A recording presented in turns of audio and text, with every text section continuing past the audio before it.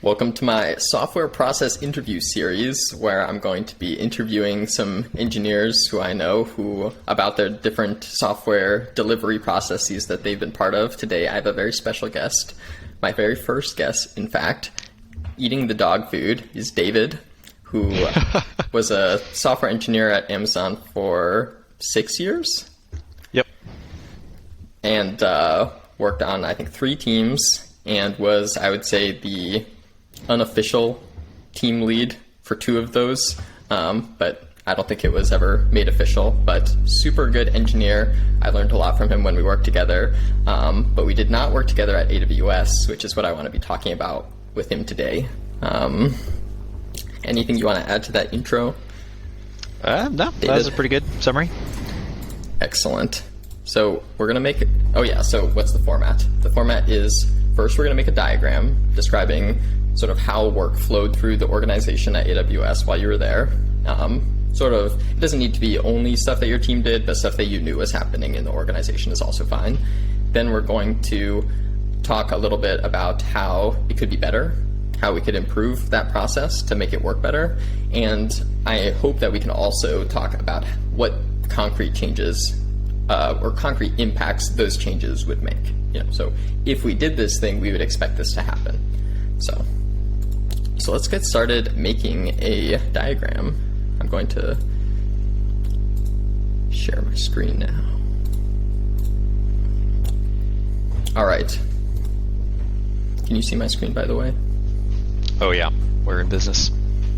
Excellent. So let me make this look nice. And what I want to start off with is, so all work, flows from the customer, right? That you want to produce value to the customer, and so that's where everything begins. But I'm sort of wondering, who are the different parties in the organization at AWS who created new work that had to be done? Yeah. I guess the first thing I'll say, just as kind of like a disclaimer, is that much like other teams or the retail side of Amazon, every team and organization in Amazon is going to be different. There's a lot of independence when it comes to coming up with actual processes. There's some general philosophies that are prevalent throughout the company, but there is still a lot of uniqueness. So I guess there was perhaps a little bit more uniformity when it came to my specific organization in AWS, which was the DevTools suite of stuff. But even then, like, individual teams could still sort of use their own methodology for collecting data and whatnot. For my team specifically, and I guess the DevTools in general, since we were making developer tools, that's something that us as developers are very familiar with, regarding what the requirements and features you might want would be. So a lot of the feature requirements were perhaps a little bit more coming from ourselves than you might want if you were a different team. So initially, a lot of the features that seem like a good idea would come from us. But I guess I could also give some background on the product that I worked on, if that would be useful. Yeah, sure. I think that'd be great. Okay. Yeah, so I specifically worked on the CodeStar Connections feature in the DevTools suite. There's a whole history behind selecting the name. But anyway, the idea was we wanted to both simplify and expand support for connecting third-party source providers, so like GitHub, Bitbucket, GitLab, etc. Connecting those into AWS and being able to pull your code and do all sorts of stuff with different AWS services. So our product was trying to unify all those connections under one product and make it a single place where customers could connect to their third-party accounts, and then seamlessly integrate throughout AWS. So I mean, the sort of the idea or the drive behind why we even wanted to make this product in the first place came from a lot of customer feedback at AWS in general, saying that it's really frustrating to connect your GitHub account to 10 different services that all do it differently and in different ways, and so sometimes you can break stuff without even realizing it, and there's lots of organizational problems. So there was just general customer feedback that sort of showed that there was a pocket and a need for this software to exist. Do you know how that feedback flowed into the organization? Like through what channel? Yeah, it was usually a bunch of different channels. So there's the AWS forums. That was one spot where you just get random people complaining about missing features or bugs or whatever. But from a more organizational perspective, the DevTools organization had a lot of contacts with companies that used AWS and larger companies that use it at a broad enterprise level. And so product managers in our organization would reach out to these various contacts in big enterprise companies and get feedback, see what's working, what's not working, how can they improve their lives, that kind of stuff. So that was through corporate contacts and whatnot. And then I guess an implicit sort of input, I guess, would be AWS itself, because making or providing connections to third-party stuff like GitHub is kind of an obvious feature that would be useful for a lot of people. But implementing it 10 different times, in 10 different organizations is sort of wasteful. So there was, I guess, a desire amongst lots of different people within AWS just to have this exist purely for a efficiency point of view. With that group, I assume would include engineers. Would it also include managers or product managers? All of the above? Yeah, all of the above. Yeah.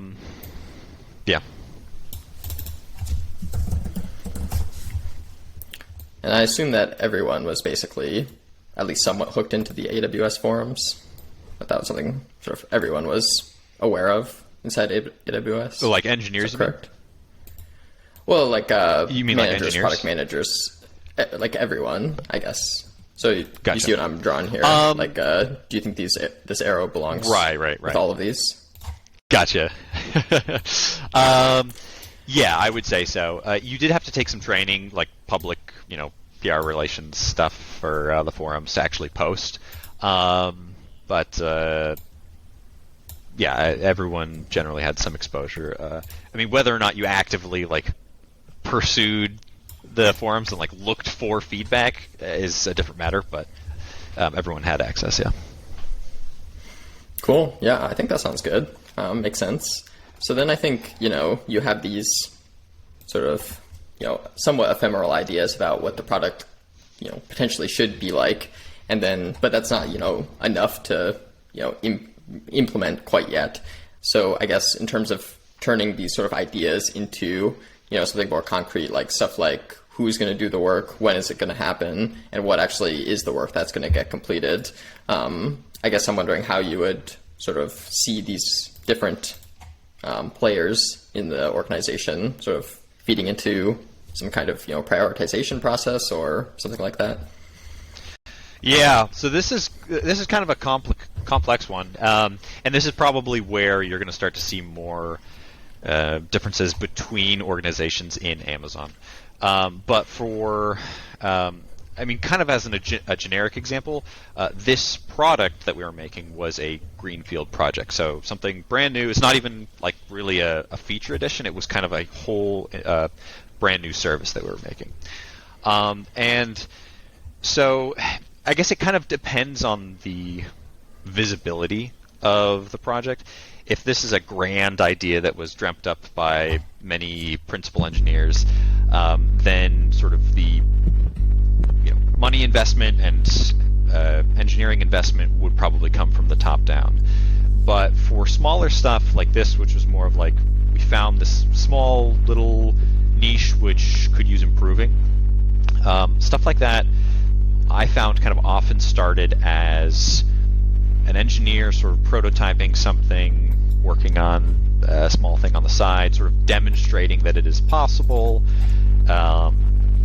and sort of once kind of a proof of concept exists, then you sort of flesh out the project a little bit more with more details of what it might entail, and then as the idea becomes more concrete, then that's when management throughout the organization would sort of come together and see like, okay, this seems like a good idea. How can we fund this by giving it manpower and resources?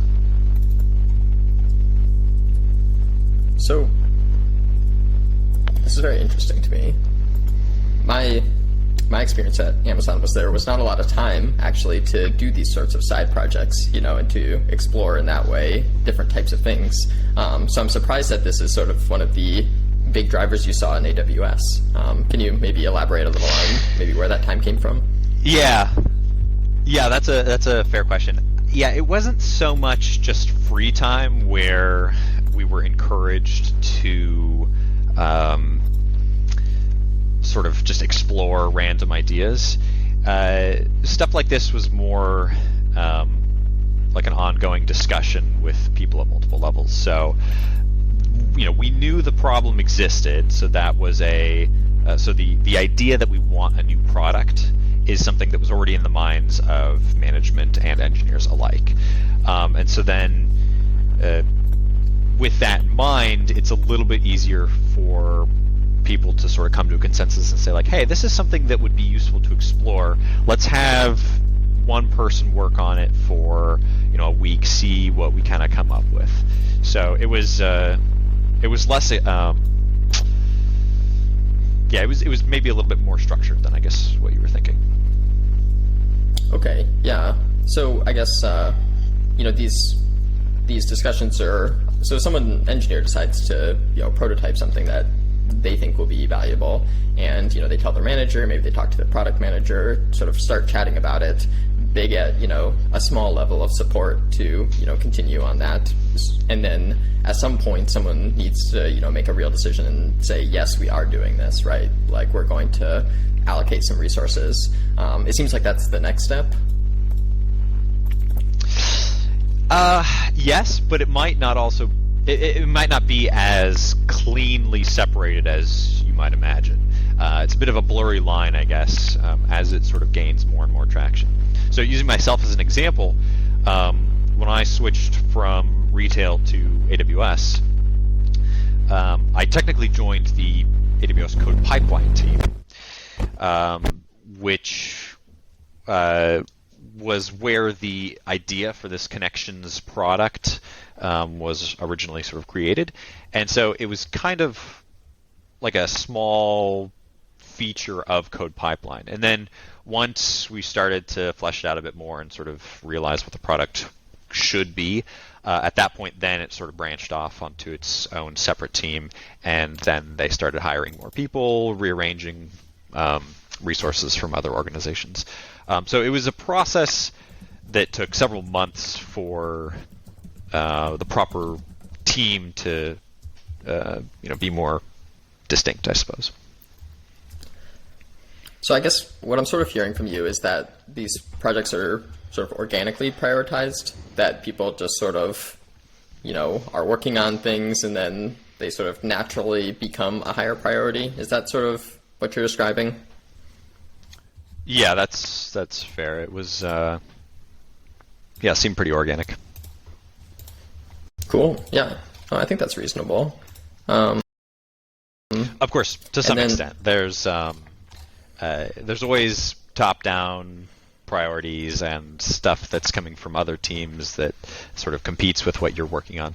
But as far as what you prioritize for your team and your project, it's usually pretty organic and comes from stuff that or drivers from within your team and management and whatnot.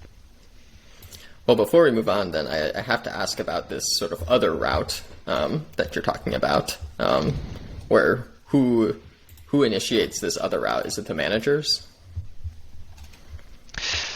Yeah. This is usually management. And I'm mainly talking about, I guess, two buckets. One would be sort of the company-wide stuff, like, oh, we need to implement this new security feature, or there's this new feature that we're deploying across AWS, and everybody needs to support it. And usually these types of things wouldn't be huge, massive endeavors. They'd be small stuff that you can just sort of fit in here and there. And that's just kind of, I feel like that there's some level of that which is unavoidable just because you need to have consistency across the company. The other bucket would be projects and features that are either collaborated on with other teams, or it could be some kind of like I was mentioning earlier, if there was a project that was dreamed up by principal engineers and had a lot of visibility at much higher levels up the chain, then your priorities become less driven by you and more driven by people higher up. So really it kind of just depends on the visibility of the project from when it's conceived even to when it's eventually launched. So where it sort of starts is kind of what dictates how things get, or who prioritizes things, I should say. Okay, so it's actually pretty deterministic in terms of, I guess what I'm hearing from you is company-wide initiatives trump all other priorities, and then usually would these cross-team projects also trump below that? That would usually trump the last bucket, which would then be stuff that your team specifically is prioritizing.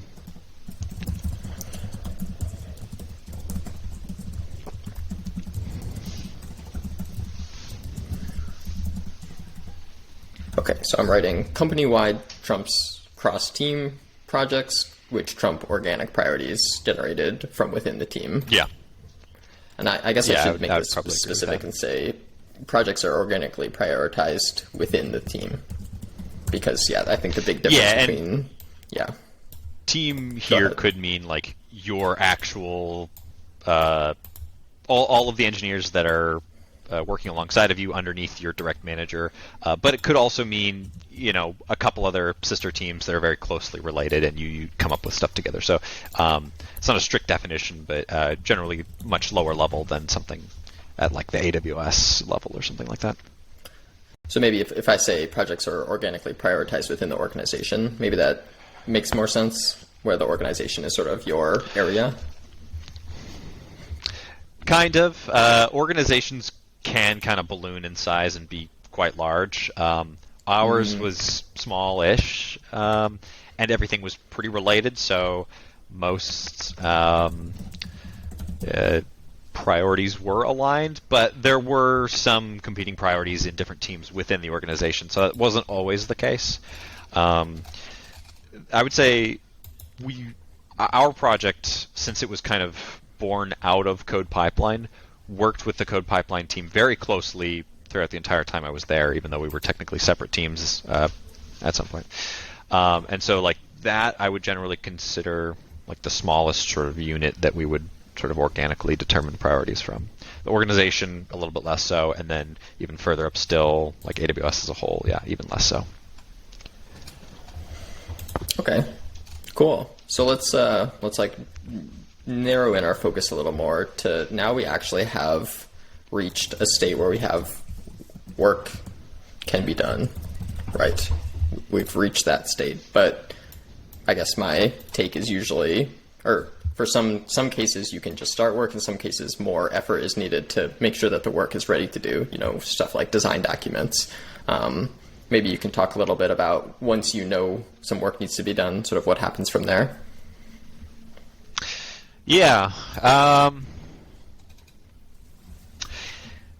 So this is something that will evolve constantly with each team, and this is where you're going to see the most disparities throughout Amazon.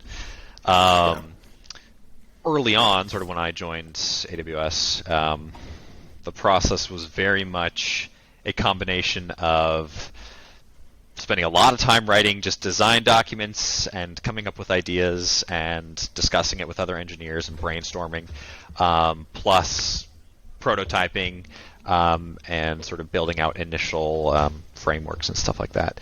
And when you're building out this initial code, it's the actual task structure is usually pretty vague. It'll be like make a service, right? Instead of implement this specific feature or fix this specific bug.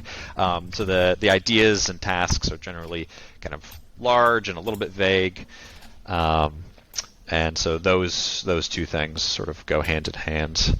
And then eventually you reach a point where the idea is a bit more concrete, so you start working less and less on design documents, and also less and less on prototyping as you start sort of making it a real service.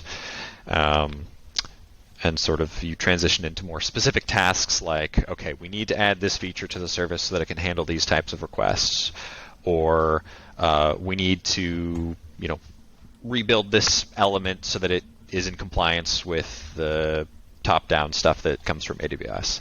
And there's, just a general transition period there where you start working on more specific stuff.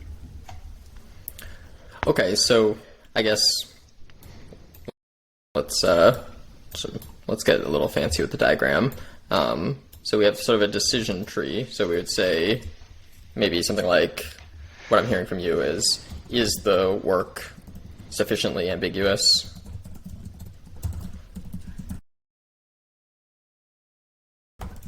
And if so, you write a design document. Do you think that's fair?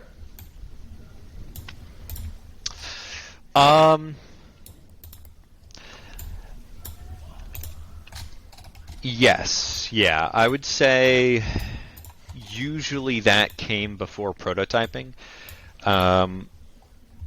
Sometimes prototyping would kind of have to come first, because there's no point in writing a design document about a feature if it's just impossible. And so you have to at least know that it is possible in theory, and then the design document would follow that. It kind of just depends on how complicated or how uncertain the idea is. And so in our case, the project was kind of exactly how we might do it wasn't fully known, so the design documents and prototyping kind of went hand in hand. Okay, so I guess I'm going to restructure this a little bit, and tell me if you think that I'm sort of going off the deep end. So, this should be the no.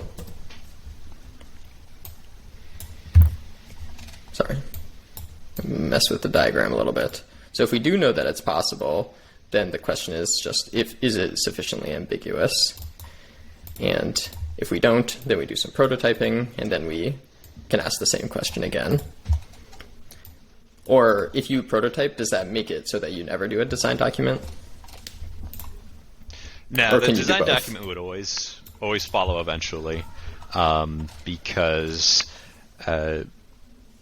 one of the pretty common processes across Amazon, really, this is one of those more broad tactics, is this sort of document reviews where even if it's like a small feature or a whole brand new, huge, vague idea, usually you would always make a document of varying lengths or detail, and then present it with the relevant people, have everybody read it in the meeting, and then provide feedback, and then at some point decide to continue on the project or something. And who would those relevant that whole people thing where be, everybody reads the document?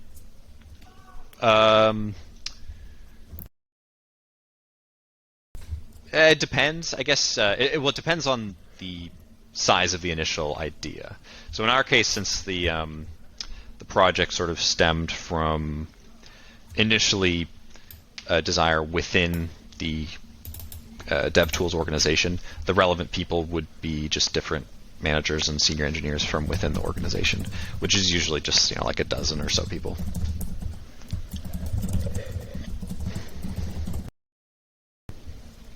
Perfect. And I'm guessing, or these meetings, the result would be some revisions, presumably. Assuming everything went okay. Yeah, we eventually made the project, so it worked out, I guess. No, it kind of depends, and there's a bit of variability exactly what the outcome would be. If it's like the very first meeting where you're just brainstorming an idea, really, the feedback might be kind of vague, and you iterate on the document, or you sort of approach the problem from a different direction. But if you're a little bit further along and you're actually documenting specific features that you might add, then the feedback would be more specific. It's just kind of a general gradient. Yeah, I think that makes sense. And then from here, well, I guess what happens next? Once you have a design document that's approved, where do we go from here?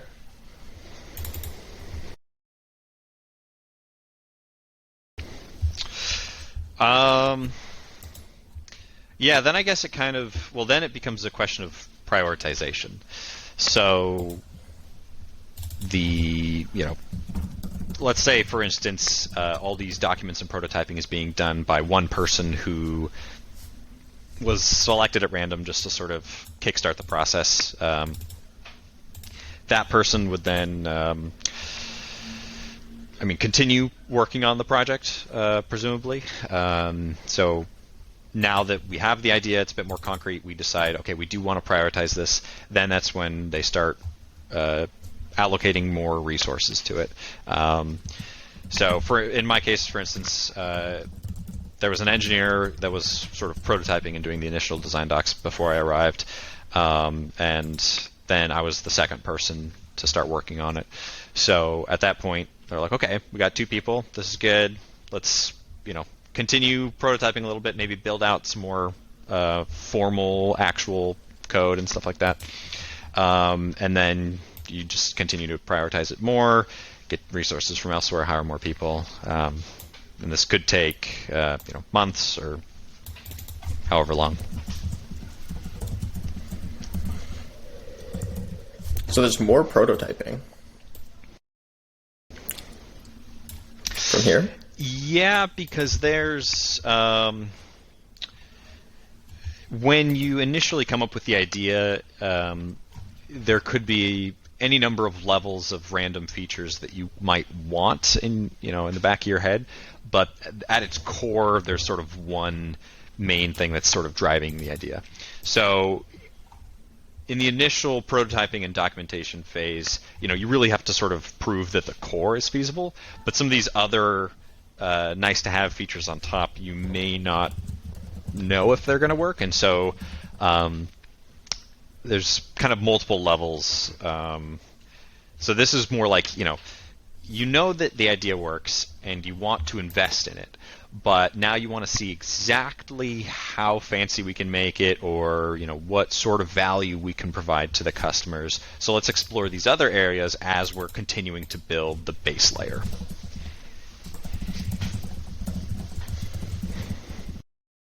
That's interesting. Yeah. So the feature set was very driven by the engineers.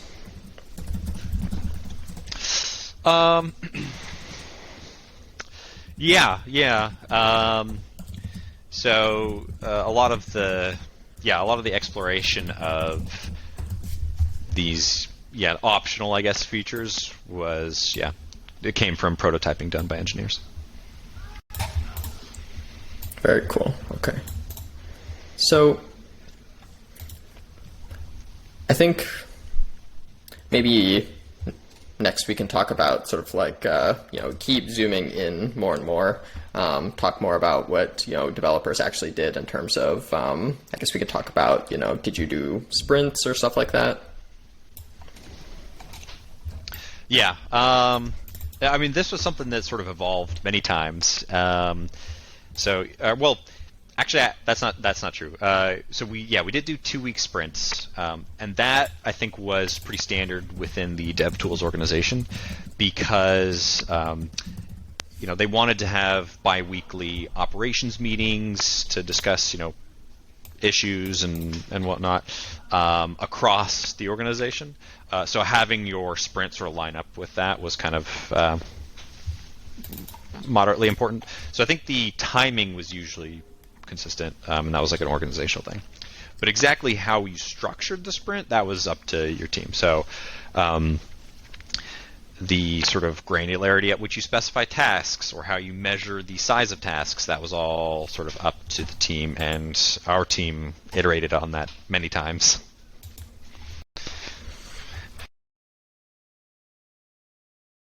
Everything from t-shirt sizes to like Fibonacci numbers or playing cards or whatever, I don't know, other tricks there are for work estimation. Okay, so there's estimation as part of this. Okay. Yeah. So when you pull the work in, that's when you estimate it? Or do you estimate it earlier?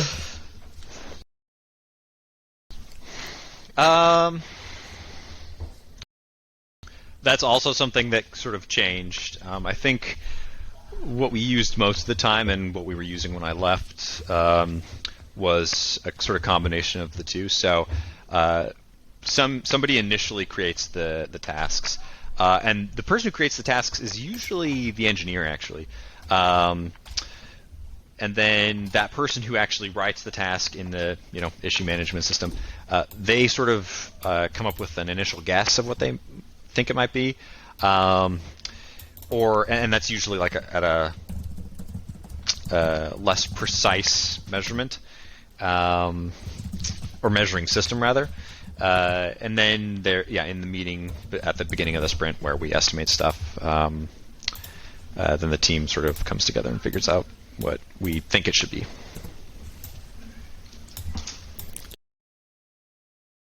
you think this is an okay order that we have a design document, then we have some engineering resources get allocated over time? This is sort of over time, so it doesn't need to be in this exact order. But then there's sort of this more prototyping, additional features, and stuff is getting added to the backlog. I guess this is all sort of happening at the same time. There's not really a linear aspect of this in terms of time. Okay. No, I mean, I think the way you have it laid out in that order sort of makes sense. And then, but yeah, as like time goes on, the specificity of this cycle becomes higher.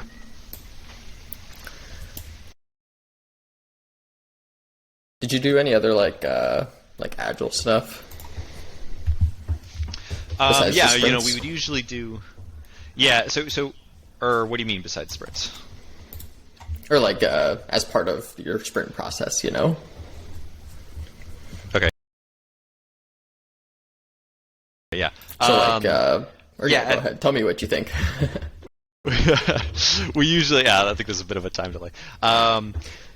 We would usually do, I think, 3 meetings or so per sprint. Usually there was a planning meeting, or not a planning meeting, an estimation meeting, where we sort of go through our backlog, get rid of stuff that's irrelevant, add new stuff, come up with estimations for effort, and then at the very beginning, and that would happen, before the sprint happens. Then at the very beginning of the sprint, we'd have a meeting where we actually assign stuff to engineers for the 2 weeks or whatever. And then at the end, we would have a retrospective usually, where we talk about what worked, what didn't, and that was usually pretty broad. So it could be about the process itself, or it could just be about specific stuff with our organization or product.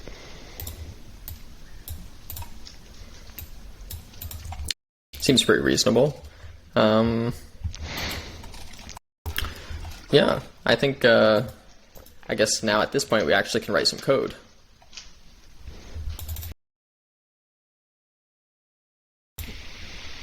Right? Oh no, is this turning into a whiteboard interview? Yeah. Now, tell me how you would do a depth first. No, we won't do that. So now we can actually write some code. Do you want to tell me like a little bit about sort of like what that meant to you to once you have the task assigned and you can do it, like what sort of process you would follow? Yeah. So this, I mean, very much depends on the type of task. So usually when estimating and assigning tasks to people, we would consider, not just the effort required and its relative priority, but also like what type of work it was. So if it was, it could be just like updating some documents, and then that would be assigned to the person who worked on the code a sprint or two ago. Or it could be, writing a brand new service, or it could be fixing a bug, or updating some metrics or something. So all of these would kind of have their own way that we sort of would prioritize or assign to people, and then each individual person might work on it in their own sort of way. Code usually followed the process of, you get some rough stuff out, you write some tests, get it working end to end, put up some code reviews, iterate on it a couple times, and then push it to production, and then the task is done. You push it straight to production?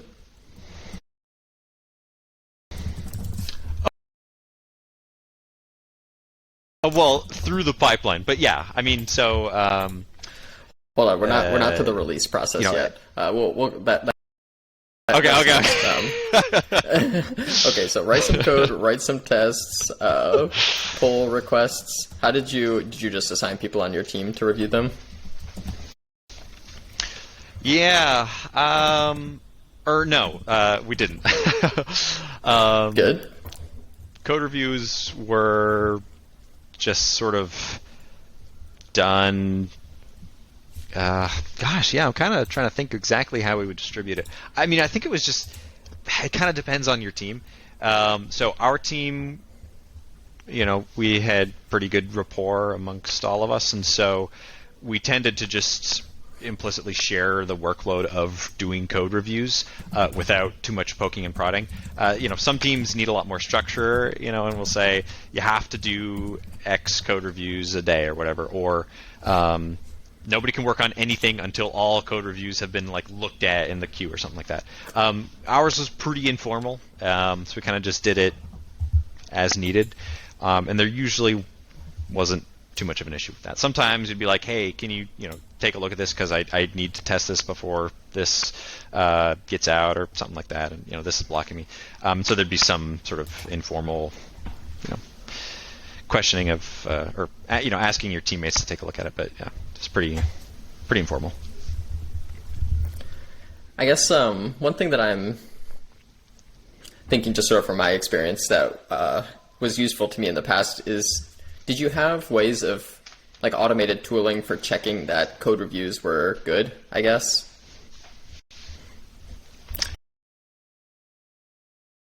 Or did most of the checking, if there's sort of depending on what kind of code you're changing, the type of stuff that you can break is different, right? And so, some things are easily checked as you go down the release pipeline to check if you broke something, but other things aren't so easily, checked as you go down the pipeline. Gotcha. I guess a clear example would be documentation. If you mess up the documentation, the pipeline isn't going to catch that ever, So I guess I'm sort of wondering if there was any, additional checks on top of just sort of the release process to make sure changes were good, before they were sent out. Just wondering. Yeah, no, that's a good question. So this, again, kind of depended on the specific change that was being made. But usually in the process of estimating the task or assigning the task to someone on the team, the specific nuances of what might need to be validated to ensure the change is good would sort of be fleshed out there.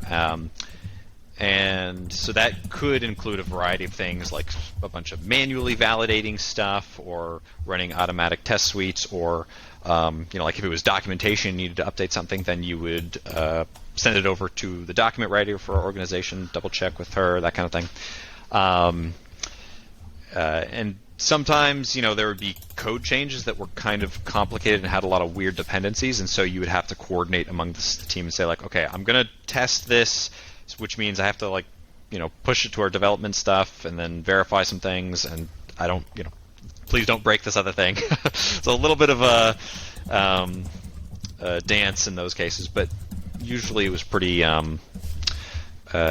straightforward, and one person could just do it by themselves. Cool. All right, let's release it.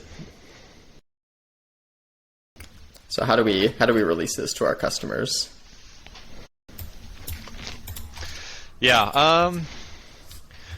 So I'm trying to think of if there's any interesting variances between teams in AWS. I think it was usually relatively standardized, especially within our organization. But the structure is, pretty typical Amazon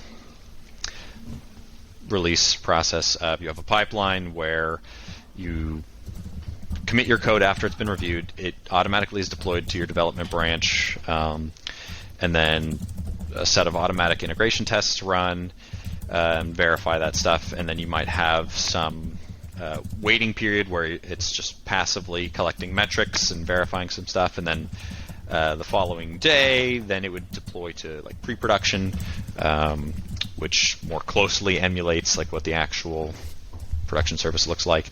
You run some additional tests, wait some additional time, and then you start deploying to the production services. And that could take, usually something like at least a few days, sometimes a week, because of the way that production services are usually chopped up regionally, or just in different cells to minimize the impact of an outage or something like that.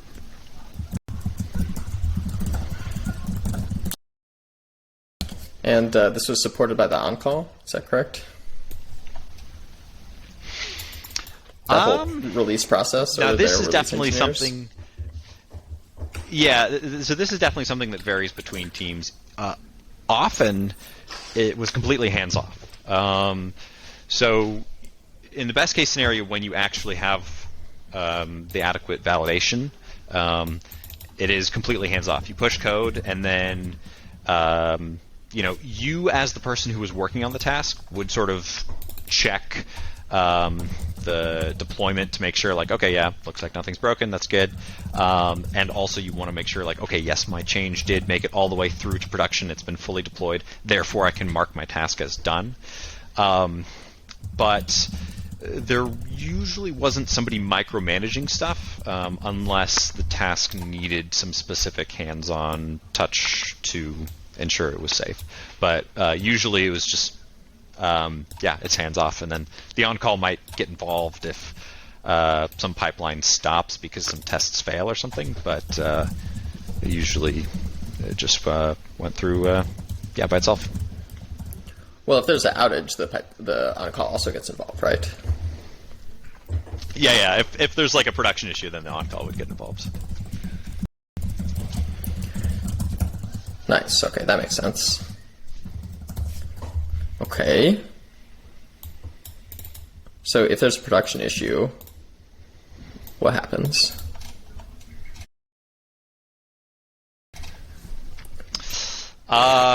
Depends. Sure, what does the on-call have to do? Yeah. Yeah, so this is something that, again, will vary across organizations. Usually within an organization it's the same, but it kind of depends on the nature of the problem and the amount of people that it's impacting and the complexity of a fix. So in the simplest case where it's only affecting a couple of people and the fix is really simple, and it's happening like during business hours, then you might the person who worked on the original task or feature or is most familiar with the bug or whatever, they might come up with a fix, push it in the pipeline, and then the on-call might make sure it gets to production and fixes the issue. If there's a bigger issue that can't immediately be solved, or it is immediately affecting a lot of customers, or it's 2 a.m. and you can't think of a solution, or you don't want to wake people up to do a code review, then you would roll back the change through the pipeline. And that, depending on where it is, that could be a complicated process, and you might want to get like your management involved and other people. Yeah, could be spicy is a good way of putting it. Rollbacks can always be spicy, especially if you make a database change. But their multi-environment stuff also is a classic way to goof yourself. Perfect. Oh yeah. So the outage. Okay, so the outage gets resolved. Did you do postmortems?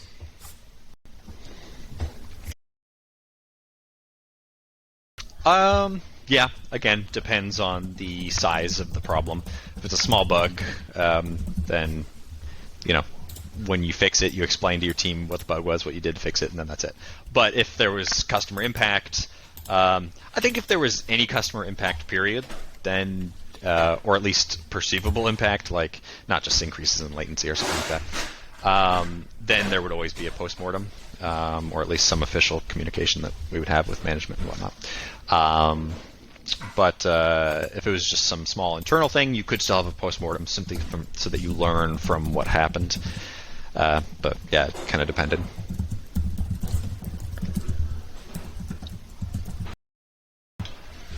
And if you did a postmortem, what would sort of be like the output of that process? Just the document? Usually a document, and then a document review.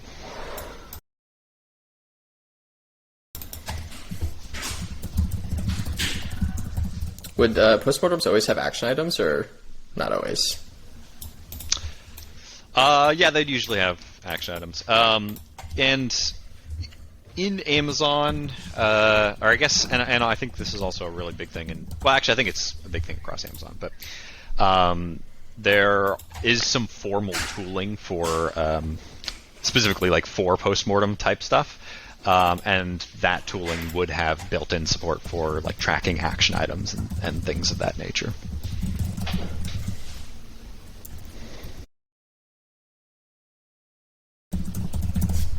Okay. So this is as much as we're going to do in terms of creating a diagram today. I think what I'm going to do briefly is go through and sort of make some higher level boxes. So let's make some higher level boxes, and then we can talk about sort of these higher level boxes. So this was sort of like what I'd call the work definition phase. Oh no, not that. So we're trying to figure out like what work needs to be done and who's going to do it and when it's going to happen. Does that sort of make sense? Mm-hmm. Yeah.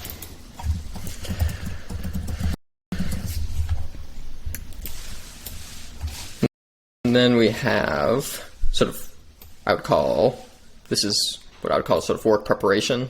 We know we want to do it, but we're not exactly sure how or what we're going to do quite yet. Yeah, I guess I'll go all the way down to here.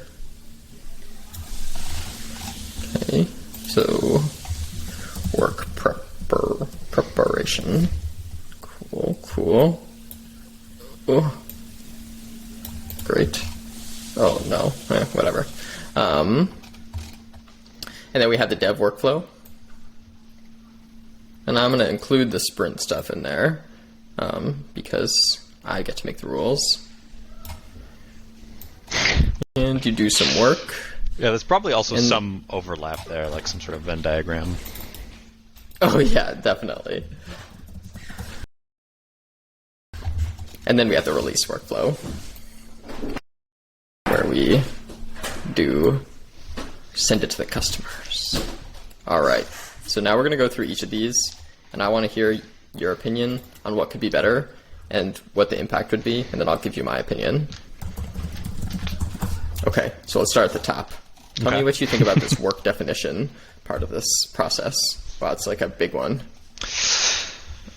Yeah, so this one I thought was okay. I generally didn't have any problems with it when I was working on my team in AWS.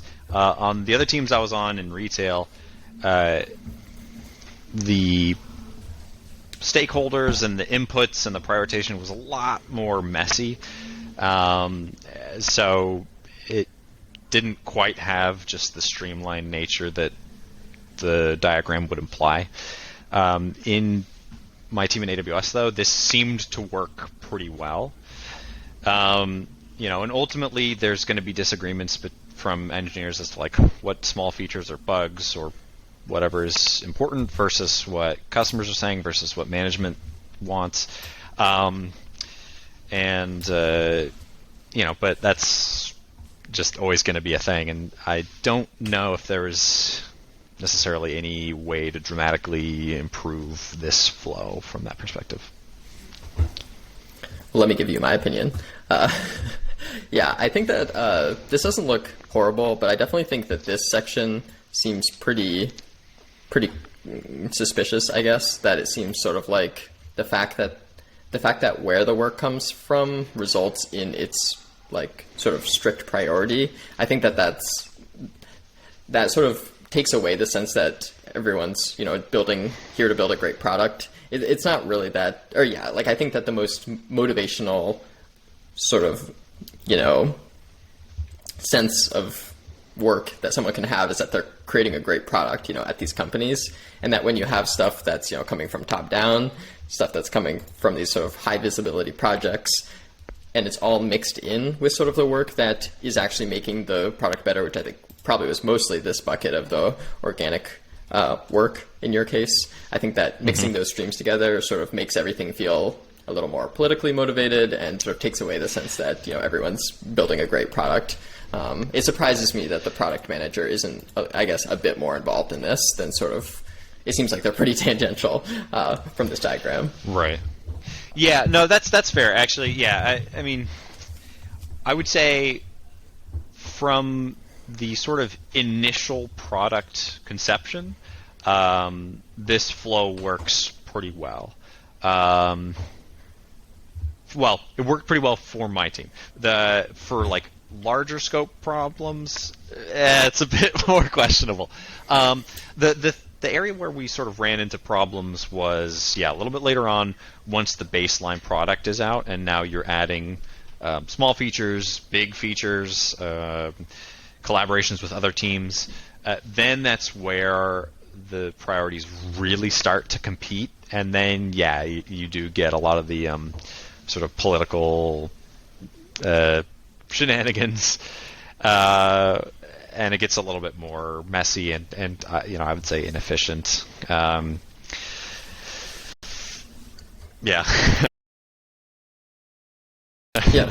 Yeah. I think what I would expect is that there would be more of like a formal prioritization process, some sort of either quarterly or biannual process of sort of getting all of these items in one place and having everyone talk about which ones are the most important. Whereas when you have these sort of strict trumping, I think that it's pretty inflexible, I guess, is my biggest critique, I guess. Yeah, so I guess the like quarterly stuff definitely did happen once the product was again more established and formalized. Then once we have the baseline stuff, it started getting incorporated into these more broad organizational planning stuff. So yearly usually is when they would do sort of the big planning stuff, and that's where you would sort of get some very high level buckets of what we want to work on. And though the prioritization of those high-level buckets could be driven from a lot of different sources with competing priorities, and so it would kind of be a little bit messy sometimes. But of course, it's all subject to change, and new stuff that's discovered halfway through the year that changes what you want to focus on. Yeah, definitely. Yeah. Cool. Let's move on to this work preparation bucket. So work can be done. This is possible. Yeah. So tell me what you think about this process. Another. I think I'm being inefficient with my space. It's so big. Yeah. This, I think this works again this worked for our team pretty well early on when we were initially building the service. And then again, it also continued to work, I would say, decently well when we were working on stuff that was prioritized organically. Where this started to become a little bit less efficient is when you would start working on bigger cross-team projects, particularly if there's away team development involved, where engineers from another team who want a feature in your service will then come over and work and write code for your service to make it happen. And that's where this thing kind of gets scrambled, because you have two completely different teams from maybe different organizations who could have completely different processes trying to combine processes, and that gets really messy. There are merits to the away team development model, but it definitely, as far as a process is concerned, it gets really messy and inefficient. Yeah. I think there are maybe two questions that I have about this process. One is, did you ever create task breakdowns? Yeah. So often one of the outputs of a design document would be, okay, design looks good. Now, so-and-so's action item is create tasks in the issue management so that we can then, prioritize them. Mm-hmm. Okay. Yeah. Because I think what I've done in the past is actually use the task breakdown as sort of my prototyping opportunity. That I think a task breakdown isn't that good unless you actually know that the tasks can be completed, and so that was sort of when I would, be like, oh, this piece looks a little suspicious, like maybe I need to go ask someone, maybe I need to try something out. But so I think that has been helpful for me in the past. I'm not sure if that's necessarily the right way to do it. I think the one other thing that I was wondering is, did you have some sort of like launch checklist where you would have to go through like a bunch of stuff to launch things? Because we didn't talk about that. Yeah, that would normally be. Oh here. yeah, definitely. For like small features or bug fixes or whatever. Well,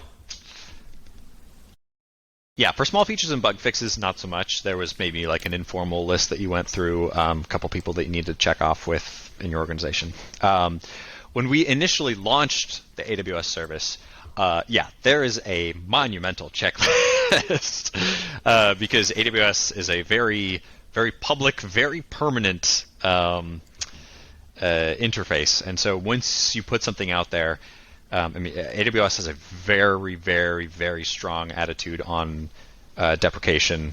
That is to say, they don't deprecate things. Given that it is essentially permanent when you put something out there, the checklist for making sure you do it right is pretty comprehensive. Yeah, I'm not that surprised. And I've done launch checklists, at other places, and they're awful always, and take so much time and energy. But that's just how it goes. Yeah, I think that it's actually really cool how prototyping driven this process is in general, even from the work creation definition to preparation. I think that's very cool how much prototyping is like really part of it. So that's, I think, one thing that I definitely like about that. Also, to be clear, I agree with you. I think it was nice and it works relatively well, but that really is mostly towards the beginning of the product cycle. As your service, establishes itself, gets more customers, gets more visibility. Some new ideas that you have for new features might be prototype driven, sort of in the same way, but as it gains more traction, the requests that people make of it sort of start to drive some of the prioritization, and then what we work on kind of starts to look like, okay, well, what do these other teams, what do these customers want, versus stuff that we prototype and verify is actually possible. Yeah, I think that makes sense, and I think that's a really good point that you're making, that this whole process definitely changes throughout the product life cycle pretty significantly, and that, yeah, like you're saying, because you were at the inception of this product, that the view you have on the process is a little bit more in that direction, although it seems like you're also sort of saying that maybe the process didn't change as much as it should have as the product matured and became more stable. So, interesting, very interesting.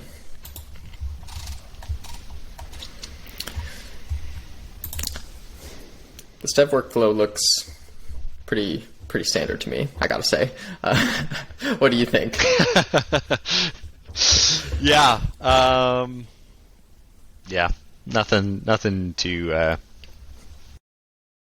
surprising there.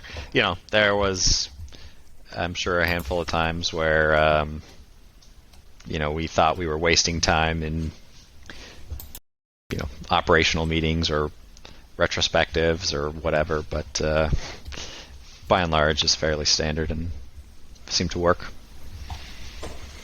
Yeah, I think that one thing that I think is really cool about Google is that they have this crazy system built into the code review tool called pre-submits, where you can write custom code that can take action depending on who's writing the change, what area of the code they're changing, the owner of the area of the code they're changing, and it can do arbitrary level complexity analysis where it can suggest better ways to write your Java, and it can also integrate with specific tools where it can say, oh, it's not safe to make that kind of change in this directory because this tool has special conventions for how you need to write changes inside of it. So this whole crazy infrastructure that basically eliminated this whole nuances of validation thing, that it was all written in code, which I thought was super cool. And I think that system was maybe a little over-engineered, but I will say that this sort of nuances thing is, I would say, a big red flag in terms of a place where if the wrong person leaves the company, a ton of important information just gets wiped out. Whereas when you keep it in code, at least it'll keep running. Maybe it'll break someday and someone will have to fix it, and that'll be hard. But at least someone wrote it down, Whereas with a lot of the nuances of services, you can easily lose them. Yeah, no, that makes sense. Yeah, Amazon had something similar. When I left AWS, there was a handful of tools that would do some sort of checks, and they had some machine learning stuff that would analyze your code and roast you if you had bad names or something like that. It wasn't. It doesn't sound like it was nearly as flexible as what you're describing. Yeah, probably not. And then, I guess I'm wondering what you think about this release process. I really like. I'm pretty biased. I really like the release process because you set it up. Well, because I set it up, yeah. But also, Amazon does stuff in a different way than most software companies in the world. Because most people, they use stuff like Jenkins or GitHub Actions or other pipeline tools for deploying to different stages and whatnot. But fundamentally, those tools kind of work a little bit differently than the way Amazon does it internally. Those are very much, or the tools that most people use are very state machine oriented. So a release is essentially an instantiation of a state machine, and it goes through and completes. Whereas in Amazon, changes go through a very rigid pipeline. Like it's literally a tube, and all these changes go one after the other. So they're not going in parallel, and they don't have there's no dependencies because you're only working one at a time. And I think that sort of one at a time thing gives it a little bit more concreteness, that makes it a little bit easier to sort of rationalize about like what changes are where, and how to do stuff safely. But yeah, I don't know. I think I don't totally follow. So the pipeline system at Amazon is a state machine, right? But you're saying maybe it doesn't have branching? Well, it doesn't have branching. So it is a linear thing. It's like the changes go through, they pile up, they go into development, then they sit in development for a while, and then changes keep coming through, and then they go into pre-production, production.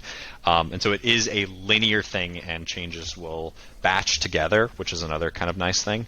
Well, it's a double-edged sword for sure, but you can batch together multiple changes in development, and then they can go forward at the same time. So sometimes you need to be a little bit careful with that. But the linear nature of it certainly makes things simpler to think about. Mm-hmm. Yeah. No, this release process seems fine to me. I think maybe my experience at Amazon, if I had to critique it, was that there weren't enough action items for the that resulted out of on-call stuff that you would get paged for something and no action would actually be taken to make sure that page didn't happen again.